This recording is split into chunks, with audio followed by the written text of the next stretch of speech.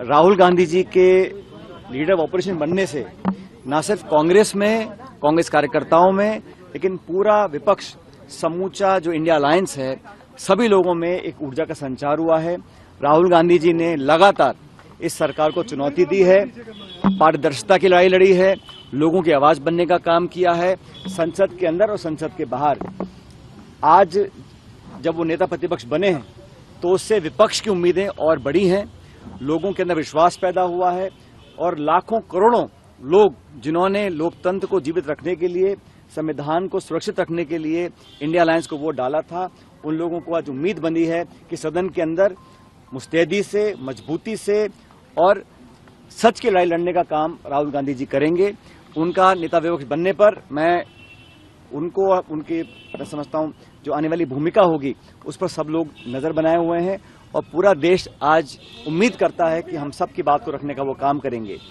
राहुल गांधी जी के नेता प्रतिपक्ष बनने से न सिर्फ कांग्रेस को ताकत मिलेगी, लेकिन उस सोच को ताकत मिलेगी जो सोच इस देश में अमन, चैन, प्यार, भाईचारा और संविधान को सुरक्षित बनाने का काम करना चाहती है।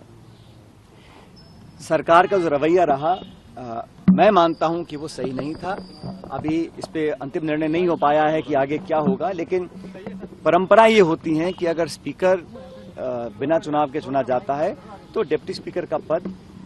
विपक्ष को दिया जाता है। जब यूपीए की सरकार थी तब डिप्टी स्पीकर हमेशा विपक्ष के पास था। मुझे पता नहीं है कि इसमें अंतिम क्या निर्णय लिया गया है, लेकिन स्वच्छ परंपरा ये रही है, जब यूपीए के कार्यकाल था तो स्पीकर सत्ता पक्ष का था और डिप्टी स्पीकर विपक्ष का था। लेकिन इस सरकार का जो गठन हुआ है ये एक मिलीजुली सरकार है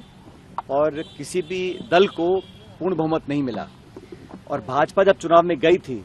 तो 303 सांसद उनके थे, आज वो 240 पे हैं, तो लगभग 65 सांसद बीजेपी के कम हुए हैं। कांग्रेस पार्टी के 55 सांसद थे, 54 सांसद थे, आज 102 सांसद हैं, तो हमारा संख्याबल दुगना हुआ है। तो हमने जो बात रखी जनता के सामने, जो मैनिफेस्टो बनाया, जिन मुद्दों को लेकर हमने चुनाव लड़ने का काम किया, उन सिद्धांतों को, उन मुद्दों को, उन इश्यूज को, मैनिफेस्टो को हमारे को जनता ने पसंद किया। ये बात सही है कि सरकार दोबारा एनडीए की बनी है, लेकिन भविष्य में क्या होगा मैं नहीं जानता हूं। दो बड़े सहयोगियों के साथ सरकार का निर्माण हुआ है, संभावनाएं आगे क्या बनती हैं कहना मुश्किल होगा, लेकिन मैं इतना चाहता हूं कि नए स्पीकर जो बने हैं राजस्थान से, हमारे ओम बिरला जी, वो दूसरी बार स्पीकर बने हैं लोकसभा के। मैं उम्मीद करता हूं कि वो, जैसा राहुल गांधी जी ने कहा, कि वो निष्पक्षता से काम करेंगे और स्पीकर होने का जो दायित्व होता है उसका मतलब होता है कि प्रत्येक दल को, प्रत्येक सदस्य को बराबरी का मौका मिले और विपक्ष को अपनी बात रखने का पूरा जो उनका दायित्व है उसको पूरा करने का उनको अवसर प्रदान करें। मैं उम्मीद करता हूं कि उनका कार्यकाल कामयाब रहेगा, लेकिन विपक्ष को, खासकर उन लोगों को जो अपनी बात रखना चाहते हैं सदन के अंदर, वो खुलापन उनको महसूस होगा ओम बिरला जी के कार्यक्रम।